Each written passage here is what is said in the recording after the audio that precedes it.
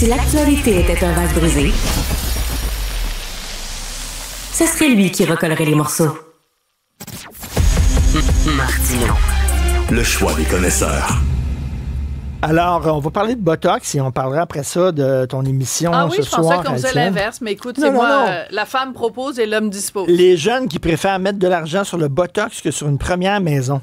Ben, écoute, c'est un super dossier dans le Journal de Montréal, le Journal de Québec, puis ça fait juste commencer aujourd'hui. Le dossier se poursuit au cours des prochains jours. C'est le fait que chez les 18-30 ans, il y a une énorme popularité du Botox, puis il y a plein de médecins qui soient... 30 ans, t'as pas de rides. Mais c'est ça, je le sais, Richard. T'es toute belle, t'es toute magnifique. Mais c'est pour ça que ce dossier-là est drôlement intéressant, parce qu'ils ont parlé, entre autres, à une jeune femme de 29 ans qui dit « 100% de mes amis ont recours au Botox ». Et je lisais ça et je trouvais ça extrêmement triste. Qu'est-ce qu'ils vont faire quand ils vont avoir 60 ans? Ben, j'en parlais avec les filles. Ils vont se mettre quoi, de la potée, quoi? Je suis allée me faire maquiller tout à l'heure pour parler, parce que je parle à Emmanuel Latraverse tout à l'heure, puis je parlais avec les filles au maquillage. Donc, évidemment, les filles au maquillage ici au CCM, elles connaissent ça. Puis je leur disais, tu sais, on a toutes été confrontés à différentes étapes de notre vie, à 40 ans, à 50 ans, à 60 ans, à ton corps qui change, ton visage qui est différent.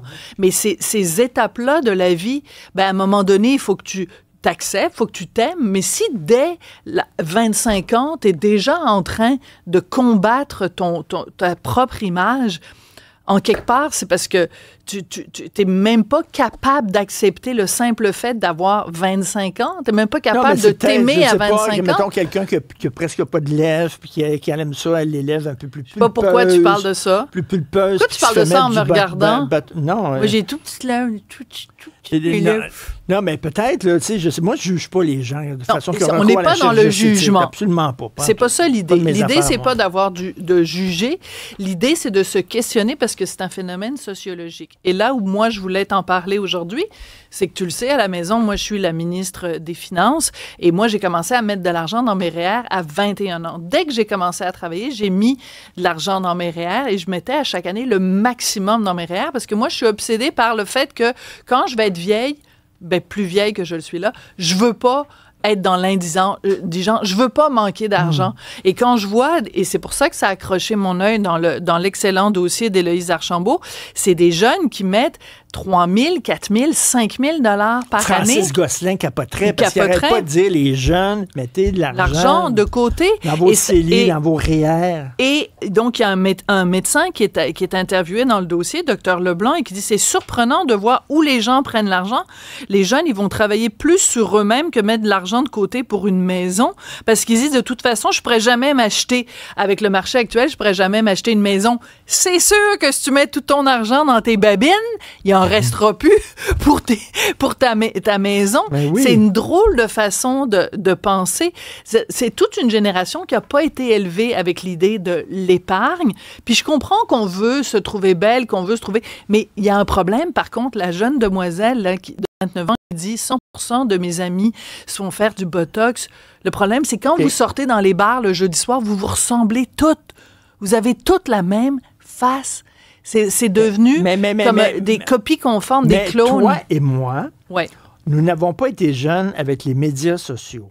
Non. Et c'est ça la donne, c'est que est-ce qu'on surtout parle? Les filles, non, mais elles se font aussi beaucoup juger, puis tout ça, elles sont dans le regard des autres. Nous autres, on a eu la chance de vivre notre jeunesse. Okay. On n'était pas dans le regard des autres. Je suis d'accord avec toi, mais il existe aussi une telle chose que le libre arbitre.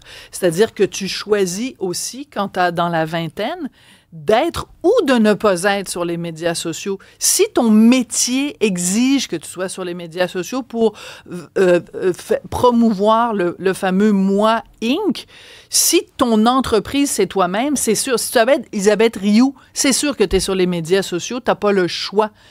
Mais après, tous les jeunes n'ont pas besoin d'être sur les médias sociaux. Ils n'ont pas besoin d'être constamment en train de se juger les uns les autres.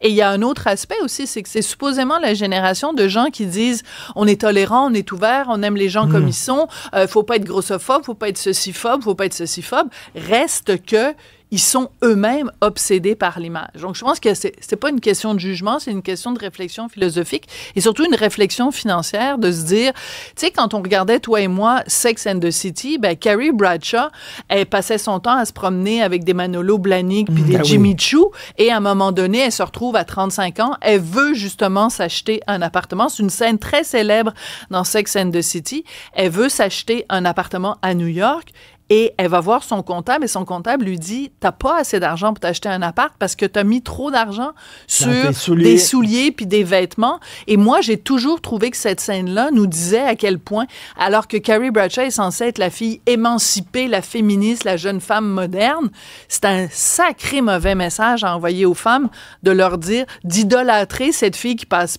plus de temps à se préoccuper de ses souliers que de ses REER. Vive les REER, puis vive les CELI. Je pense que le personnage, elle avait une chronique par semaine dans un journal, puis elle pouvait se payer des Manolo Blahnik. Ben oui, c'était pas réaliste. Ben, tu sais, Scoop non plus, c'était pas réaliste. Parlant de journalisme... Jean-Philippe Dion, que tu reçois dans Le Blanc des Yeux ce soir à 20h à LCN. Alors, j'aurais pu choisir plein d'extraits de cette entrevue. 48 minutes absolument passionnant. On a parlé de l'avenir de la télé, on a parlé d'homosexualité, on a parlé d'adoption, on a parlé de tout sortes de sujets.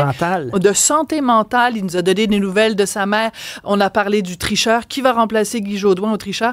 Plein de sujets, mais je me suis dit, je vais choisir un extrait parfaitement Martineau parce que je voulais demander à Jean-Philippe Dion ce qu'il pensait de cette obsession à la télévision pour l'équité, la diversité et l'inclusion.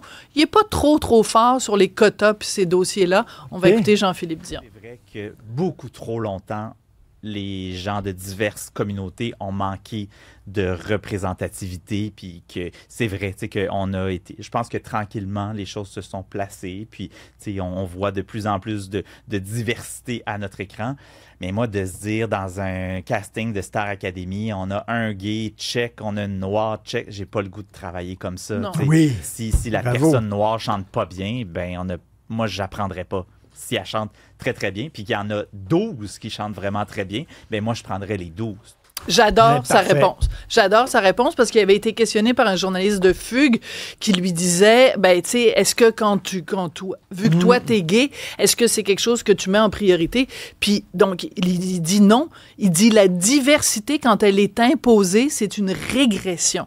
Et moi, j'adore son franc-parler à Jean-Philippe Dion. Puis, c'est quand même, écoute, il y a 41 ans, il devient maintenant président de Déferlante, qui est une boîte qui emmène large. C'est sûrement, en ce moment, le producteur télé le plus influent. Et parce que je l'ai croisé à quelques reprises, il est tellement sweet. Il est absolument un gars adorable. Adorable. Et il faut que vous écoutiez l'émission jusqu'à la fin, parce que les 2 minutes à la fin sont peut-être les 2 minutes les plus touchantes de ce que j'ai fait, peut-être depuis le début, en tout cas, dans Le Blanc des Yeux. Merci beaucoup dans Le Bleu des Yeux. Merci beaucoup à la mise en onde, réalisation Sébastien Laperrière. À la recherche, Alexandre Moranville-Ouellette et Maximile Sayer. À la mise en ligne, l'homme à la voix testiculaire, Sébastien. Et à la régie, Maximile Sayer, gardien du temps. Impitoyable! Et voilà, Alexandre. Hey, je voulais compléter tantôt. Vous avez révélé aujourd'hui, Richard, des pans de ma vie, avec de mes ex-relations. Désolé. Je vais compléter l'histoire pour toi. Aujourd'hui, j'ai une nouvelle conjointe, une nouvelle copine depuis. Je lui ai raconté tout ça. Puis elle a trouvé quand même ça épouvantable. Elle a dit, tu as pas dit que t'as pas voté pour elle. C'est donc ben pas cool, hein, pour les gens qui n'ont pas suivi l'histoire. C'est présenté. Oui, j'ai entendu. Et elle me fait faire, puis à ce moment-là, je lui ai lancé la tirade suivante. Je préfère avoir un pays qu'une blonde.